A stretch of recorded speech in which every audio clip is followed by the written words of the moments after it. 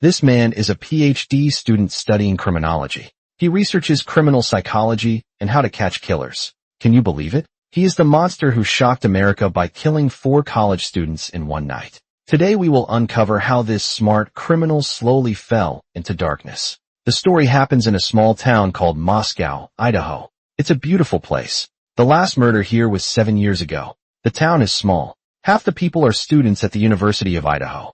Our 4 main characters are students here. Madison and Kaylee, both 21, are best friends. They've known each other since elementary school. They look alike, they dress alike. They're as close as twins. Both are pretty and outgoing. They do well in school. Kaylee even got a job offer early. Her future looks bright. The other 2 main characters are a couple, Ethan and Xana, both 20. They're both athletic. They're cheerful. Xana and Madison are also good friends. They work at the same restaurant. They live in the same sorority house. This sorority house is today's crime scene, 1122 King Road. It's a 3-story house. 6 girls live here. Because it's a sorority, it's famous for parties. Small parties every few days, big parties every week. The music is so loud that neighbors often call the police. The police are regular visitors here. They know the girls by face. But young people like to have fun. They don't think about safety much. People come and go at parties. Anyone can enter. The door code is no secret. Sometimes they drink too much and forget to lock the door. All this sets the stage for the bloody massacre to come November 13th, 2022. Sunday. The winter wind in Moscow is freezing. Dylan and Bethany, who live on the first floor, sleep until noon, but when they walk upstairs to the second floor they step into the worst nightmare of their lives. Ethan and Xana are lying in blood on the second floor. They're already dead. The girls are terrified. They scream and run to the third floor to get Madison and Kaylee's help. But when they open the door they see their friends also dead in bed. Dylan and Bethany are in shock. One faints on the spot. The other calls a friend for help with shaking hands. When friends arrive, the panic group finally calls 911 at 11:58 a.m., nearly 8 hours after the crime. The small-town police are shocked. They call state police and the FBI for help. The medical examiner says all 4 victims died between 3 a.m. and 4 a.m. They were stabbed many times. They have some defensive wounds. This means they were likely attacked while sleeping. The killer is very strong. The attacks are brutal. Some victims are stabbed straight through. The weapon is a short outdoor knife, but it's not found at the scene. However, after checking the scene, the police have more questions. The strangest thing is, why did the killer spare the 2 girls on the first floor? The wooden house has thin walls. Neighbors heard screams from the violent fight upstairs. Why didn't the roommates downstairs hear anything? Were they too drunk to wake up? Police quickly review everyone's movements. The night before that night, all 6 roommates went out. Dylan and Bethany came home around 1 a.m. Ethan and Xana came home at 1:45 a.m. after a frat party. Madison and Kaylee, who live on the 3rd floor. Madison and Kelly stay at the bar until 1:30 a.m. Then they go to a popular food truck for late-night snacks. The food truck's live camera captures their last moments alive. In the footage, a mysterious man in a hoodie stands nearby. He keeps glancing at them. When the girls leave in an Uber, the man runs after them in the same direction. The Uber driver confirms the girls arrive home at 1:56 a.m. This means before 2 a.m. Everyone is back in their rooms. But then something strange happens. From 2:26 a.m. to 2:52 a.m., Kelly and Madison call Kelly's ex-boyfriend Jack 10 times. He doesn't answer any of them. Maybe Kelly wants to get back together and asks Madison for help, but no one expects these to be their last phone calls. Just 8 minutes later, the killing begins. The case shocks the whole country. Online detectives go crazy with theories. Some suspect the 2 surviving roommates. Their call to police seems too odd. Others blame the ex-boyfriend Jack, turning love into hate. Some point to the hoodie man near the food truck. Suddenly, wild conspiracy theories spread. But after checking, police rule out all these suspects. 3 weeks later, the case gets a big break. Police review tons of footage and spot a white Hyundai Elantra speeding near the crime scene at 3:45 a.m. At the same time, DNA tests show progress. Like with the Golden State Killer, police use the killer's DNA to find a distant relative in a public database. This leads them to 28-year-old Bryan Kohberger, a PhD student in criminology at Washington State University. His school is just 15 minutes away. Bryan is a walking contradiction. Classmates say he's super smart, but weird and lonely. He struggles to talk to people and stares creepily from corners. In high school, he was a bullied, overweight kid. After extreme dieting and exercise, he became a bully himself. He craves female attention, but acts so awkwardly that girls reject him. A bar owner says Brian often harasses women, then glares when turned down. His stare sends chills down spines. Even scarier, 7 months before the murders, he posts online about studying criminal psychology, asking criminals to share their thoughts. He's not researching crime. He's obsessed with it. Police think this extreme vegan saw Sana and Madison at a vegan restaurant. Their beauty triggers his bottled-up rage. He stalks them, learns their routines, and plans the attack. He even sets up an alibi, a cross-country road trip with his dad. After the murders, he calmly returns to class. When the semester ends, he and his dad drive the white Hyundai back to Pennsylvania. Twice, police stop them for tailgating, but don't connect Brian to the Idaho murders. Little does he know the FBI is already tracking him through DNA by the time he reaches home.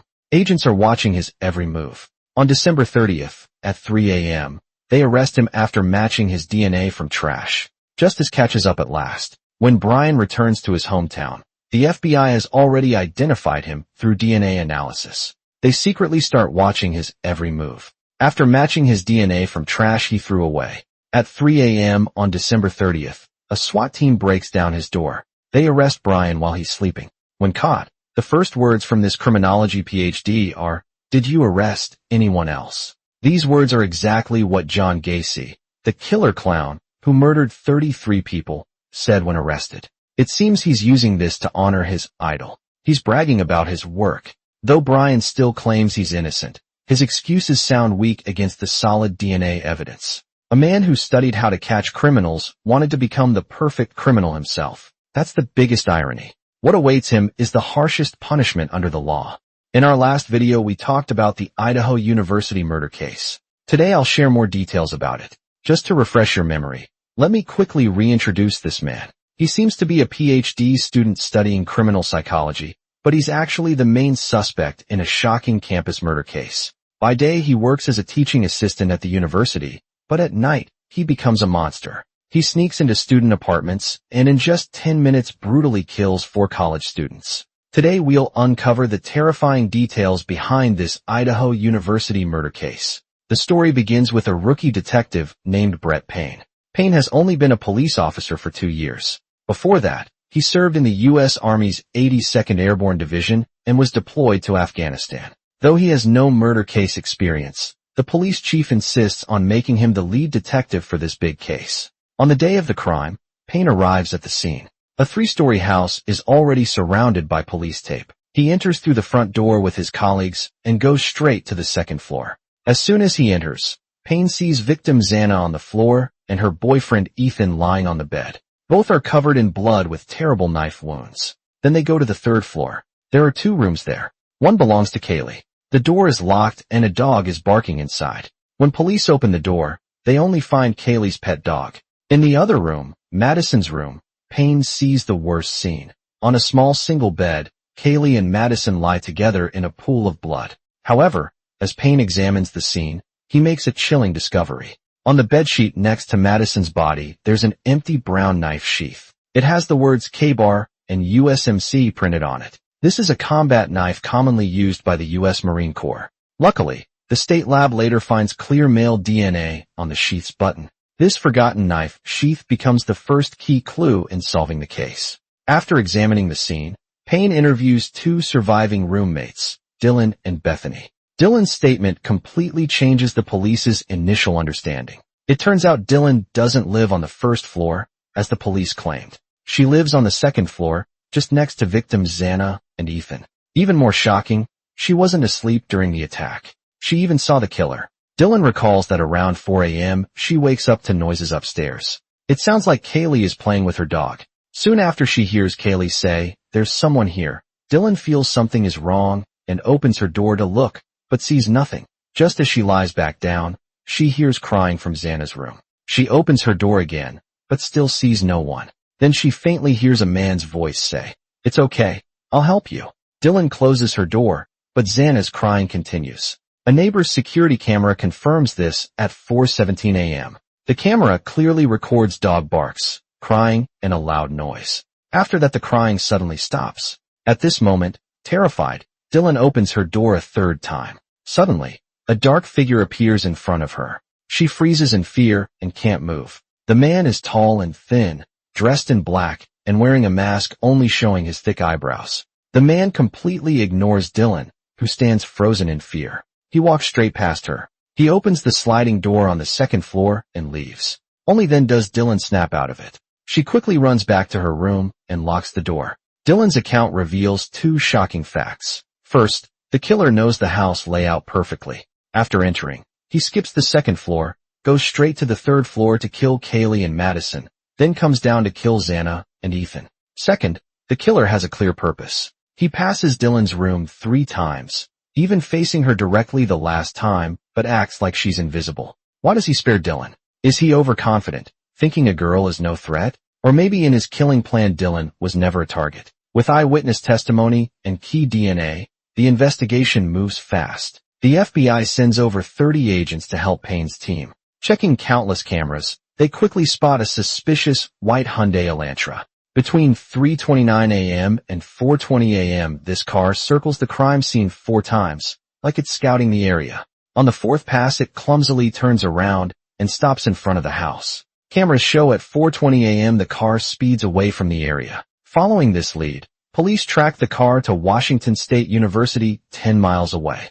After checking, they identify the owner, 28-year-old PhD student, Bryan Kohberger. Checking Bryan's records, Payne spots something. Records show, 3 months before the murders, Bryan got pulled over late at night for no seatbelt. This happened at University of Idaho's entrance, just minutes from the crime scene. Why would a Washington State student be there so late? Even weirder, Bryan's driver's license photo shows he's 6 feet tall with thick eyebrows. Matching Dylan's description perfectly, Bryan becomes the prime suspect. Police check his phone records with shocking results. That night his phone's location matches the white Elantra's movements exactly. At 2:47 a.m. his phone shows him driving from Pullman to Moscow. Then it goes dark. He turns it off or enables airplane mode. Not until 4:48 a.m., nearly 30 minutes after the murders, does his phone reconnect on a remote road for those missing 2 hours. He avoids all cell towers. Even stranger, next morning at 9 a.m. Bryan drives back to the crime scene.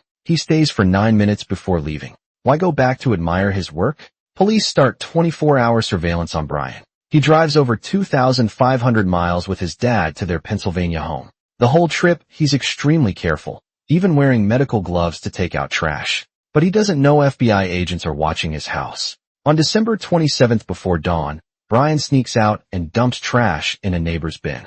Agents secretly retrieve it. Next day, DNA results come in the trash. DNA matches. DNA on the knife, sheath with 9,998% paternal match, solid evidence. On December 30th, SWAT breaks in and arrests Bryan in his sleep. But they catch the suspect. But the case is far from over. Many questions still surround this crime. For example, why would Bryan kill someone? He has a PhD in criminology. Why would he make a stupid mistake like leaving a knife sheath with his DNA?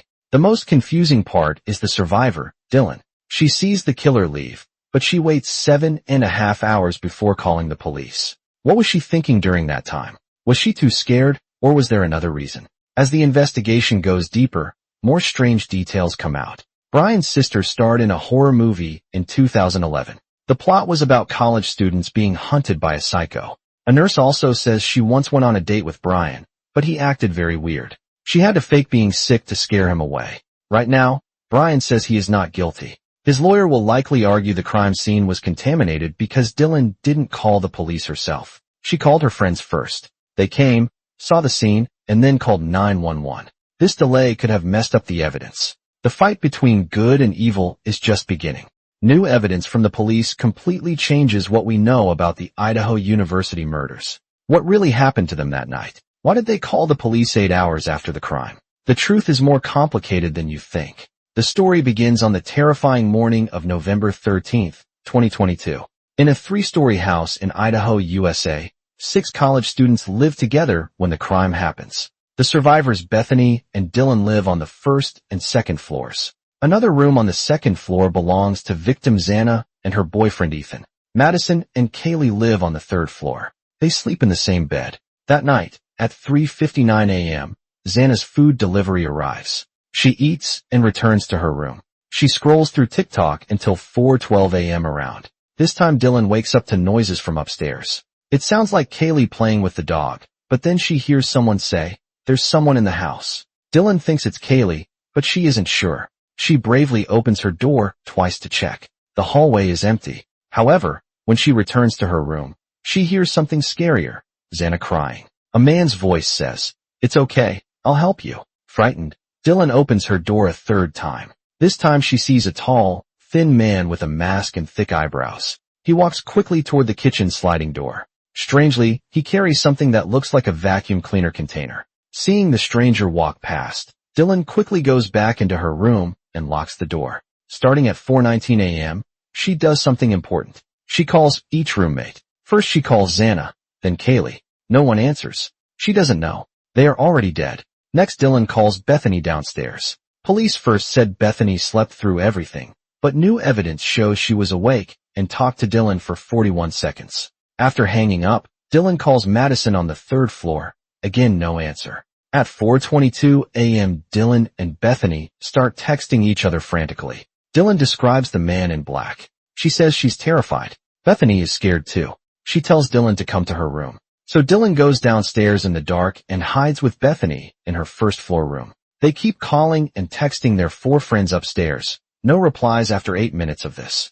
At 4:32 a.m. Dylan sends Kaylee one last text and falls asleep with her phone. Bethany is even more surprising. She scrolls through social media and falls asleep at 4:37 a.m. Does this seem unbelievable to you? Don't judge too quickly. Remember, this house is famous for parties. People come and go often. Dylan later tells police she drank too much that night and couldn't tell dreams from reality. Maybe the girls thought their friends were just drunk and asleep. Not replying seemed normal. At 7:30 a.m. the next day, Bethany wakes up. She calls her parents, but she doesn't connect last night's events to murder. After 8 a.m., Dylan wakes up too. She starts scrolling through Instagram. At 10:23 a.m., Dylan remembers last night. She texts Kaylee and Madison again. Still no reply. By 11:49 a.m., the girls finally think something is wrong. They're too scared to go upstairs alone, so they call friends who live nearby for help. This includes former tenant Emily and her boyfriend Hunter. 5 college students gather together. Hunter, the bravest one, goes first. He opens the door to Sanaa and Ethan's room on the second floor. The next moment he realizes something terrible has happened. As for the killer Kohberger, after leaving the scene, he takes a longer route back to his college dorm. Even worse, at 9 a.m. the next day, he drives back to the crime scene. He stays nearby for 10 minutes before leaving back in his dorm. He happily takes a selfie in the bathroom. It's like he's celebrating his masterpiece. He soon realizes he left the knife sheath at the scene, so he searches online for the same type of knife. He also deletes his Amazon purchase history. After the crime, he and his dad drive thousands of miles from Idaho back to their home in Pennsylvania. Along the way, he cleans every inch of his white Hyundai Elantra. He even takes parts apart to wash them.